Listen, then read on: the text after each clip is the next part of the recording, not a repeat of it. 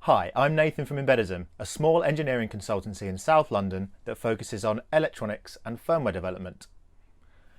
A few weeks ago, my colleague Che and I set ourselves a challenge to design a social distancing aid. We gave ourselves just 2 weeks to come up with the concept, prototype it, and then make it into a real product. Today, I'm going to walk you through our process, give you some tips and tricks about what tools you can use, and then give you some pointers about how you can do this yourself at home. So let's get started. Once you've found a problem to solve, the first part of any project is coming up with ideas. But how do you know if the ideas you've come up with are good solutions to the problem? We use 3 criteria to steer our idea creation process and quickly work out if what we're thinking about is even possible. These are creativity, possibility, and effectivity.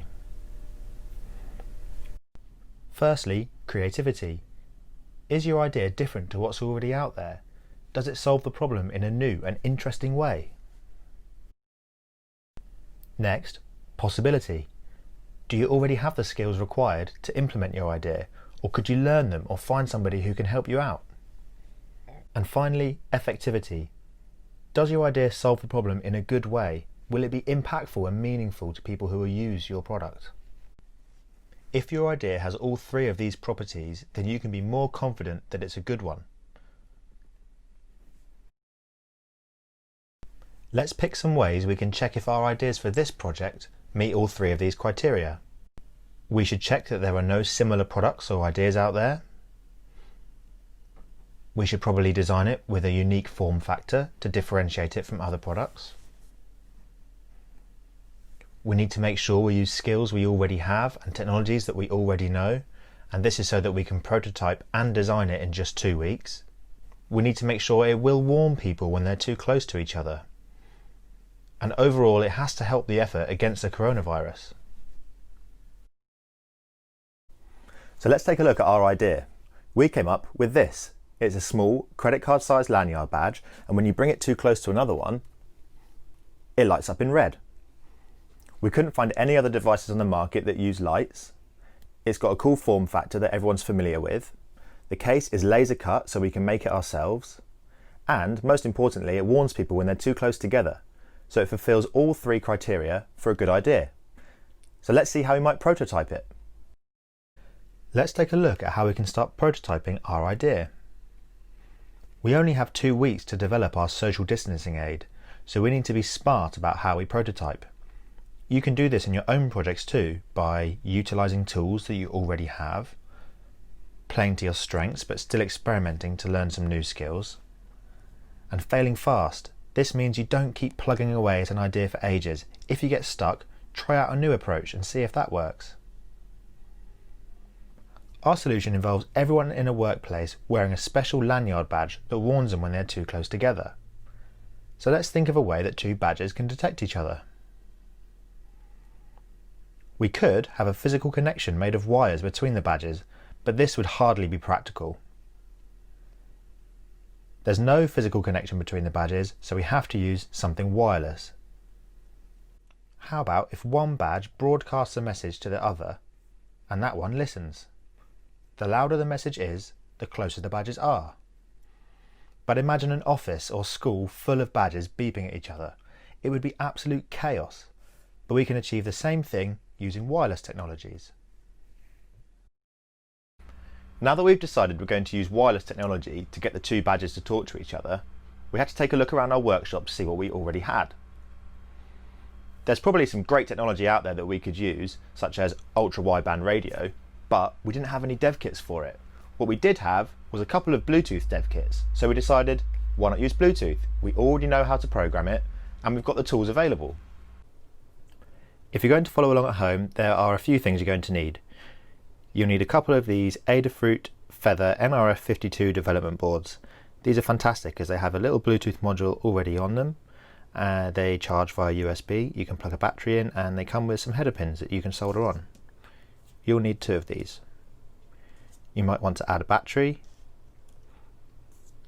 It's also really handy to have some LEDs as warning lights, and you'll need some current limiting resistors for these as well, and we'll go through how to work out what value these resistors need to be later on. You might want a couple of breadboards to plug these things into, and the ever useful hookup wire as well. A good starting point for any project is looking at example code. Manufacturers of all chips provide example code, and for this project we can use the RSSI proximity example that Adafruit had provided with their featherboards.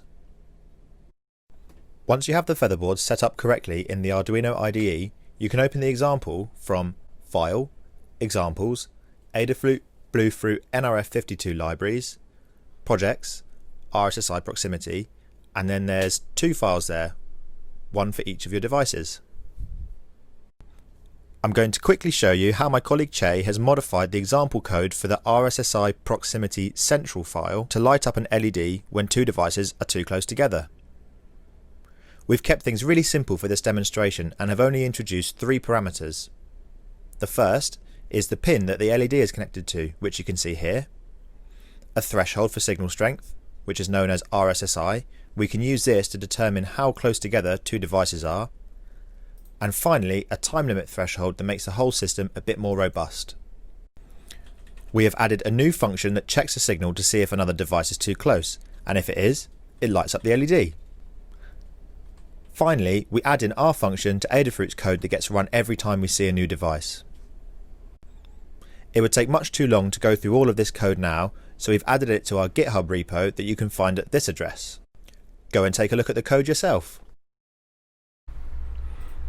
Now that we've finished our firmware, we need to build our circuit. All we need to do is connect an LED and a resistor to our Adafruit featherboard. But how do we know which resistor to select? Well, the output from the featherboard is 3.3 volts. We'll connect this to a resistor, then the LED, and then we'll connect it to ground. So we need to calculate the value of this resistor here. There are a few things we need to know. We need to know our power supply voltage, that's 3.3 volts. We need to know the LED forward voltage, that's 2 volts in our case. We need to know the current that flows through the LED, that's 20 milliamps. And now we have all the information we need to work it out. We use the equation V equals IR, and we move the I across to the other side, so we get V over I equals R. So how do we work out what V is? Well, V is the voltage across this resistor here. So V equals 3.3 volts, subtract 2 volts. And we know what I is because that's the current flowing through the LED, and that's the same as the current flowing through the resistor. So our equation is 3.3 minus 2 all over 20 milliamps, which is 20 times 10 to the minus 3. And the answer for that is the value of a resistor. So let's grab a calculator and work it out. 3.3 minus 2 over 20 times 10 to the minus 3 is 65. So 65 ohms is the value of resistor that we need. Now this isn't a very common resistor value, so we'll find something similar that we can easily get, such as 68 ohms. Something we like to do with all of our projects is build a little case to house everything in. Here's a sped up video of me making a really simple case for the featherboard, an LED and a resistor. We're going to laser cut it, and then as you can see here, just add the finishing touch by drilling a hole for the LED.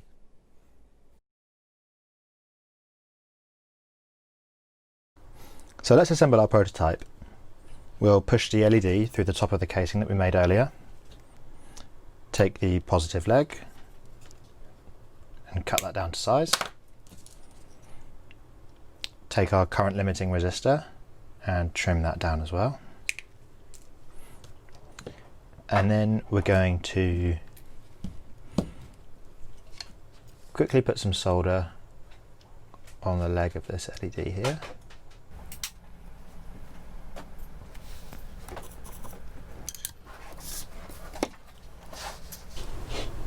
And then using a pair of pliers so we don't burn our fingers, solder this resistor to the leg of the LED.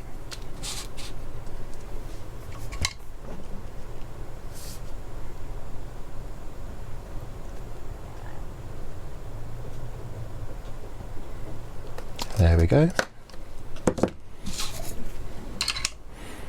Now this resistor has to connect to pin 7, which is the pin we set in firmware of our featherboard.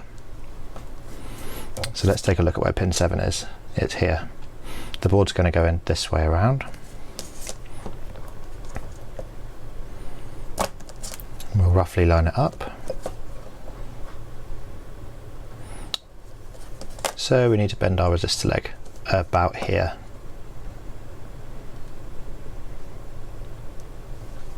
And this leg needs to connect to ground. So if we connect up that, and then we'll bend the LED leg so that it goes through the ground pin on the featherboard. There we go. Now we need to make sure that none of the components are short circuiting on the other side, so we'll leave a bit of gap.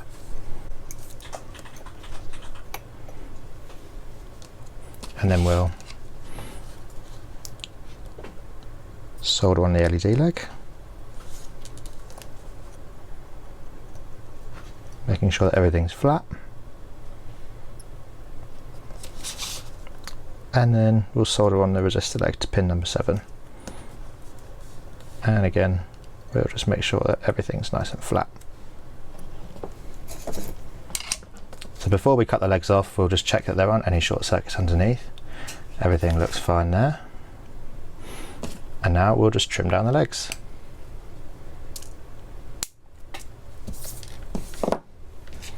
So now we can get the other pieces of our case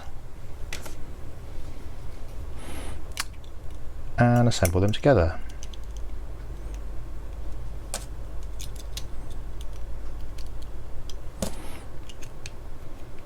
There we go. A bit of glue or a piece of tape. We can hold all these pieces together, and there we have it. So let's take a look at how our prototype works. We've got the transmitter here and the receiver here. As you can see, the LED is currently off. Now let's move it closer. The LED turns on. It works. Let's move it away again to check the LED turns off. There we go. So for this demonstration, we made the distance really, really short. But obviously in real life, you would make it so that it's about 2 meters. If you're watching the demonstration carefully, you might have noticed a little problem. Only one of the devices lights up when they get too close together. This isn't much use because you need both people to know when they're too close together, right? So what can you do to solve it? To make both devices light up at the same time, you'll need to modify the code. There's some examples for what's called dual role devices. Why not take a look at those and see if you can modify our code to become a dual role device and get both devices to light up when they're too close together. So let's take a look at where we've got to so far. We've come up with an idea, we've prototyped it, and we've tested it. So what's next? Well, right at the start of the video, I promised you that I'd tell you some tools that you could use if you want to take your prototyping even further. These are the tools that we use on a daily basis to move from prototype to product. There are loads of great tutorials out there on the internet that can teach you how to use these tools, but I'm going to give you a quick rundown of which tools we use and what we use them for. One of the main tools that we use is KiCad. It's a free PCB editor. The first thing that you design when you're making a PCB is a schematic. The schematic shows all of the interconnections between every component on the board. Here you can see the Bluetooth microcontroller. Then we've got some LEDs to indicate when people are too close together, the fuel gauge, some battery status LEDs, an accelerometer that we use for tap detection, and then all of the power circuitry down here. After you finish the schematic, you design the board layout itself. Here's the board layout for our smart lanyard badge. Down here are most of the components, Bluetooth module on the right, and then all the way around the edge we have the warning LEDs, and we put red and green ones on. Once you've finished your PCB layout and checked it, you can export some manufacturing files. After finishing your PCB and checking it, you'll want to have it made. You could do this yourself, but nowadays it's easier to ask a board house to manufacture it for you. You don't even have to be a professional to do this. Anyone can order a PCB. For prototypes, we like to use JLC PCB. You upload your PCB manufacturing files called Gerbers, and then they'll make them and ship the boards to you. It's important to note that they won't check if your boards are correct though. After you've had your boards made and they arrive, you're going to have to assemble them. Here you can see me putting a really tiny MOSFET onto the PCB. After this, you can use a reflow oven or hot air to solder all of the components on. Here's a video of us cutting the centerpiece for our case using our laser cutter. We cut out of some 5mm plastic, the PCB holder, and then after this we'll cut out the front and the back pieces to make the complete case. Then all that's left to do is assemble it. Let's take a look back at what we've done today. We found a problem, we thought of an idea to solve it, we prototyped that idea and put it in a case, and then we tested it. It's quite a lot of stuff. After that, I gave you a quick rundown of the tools that we would use to take that prototype through to a real product. I hope you found everything useful, and good luck trying this yourself at home.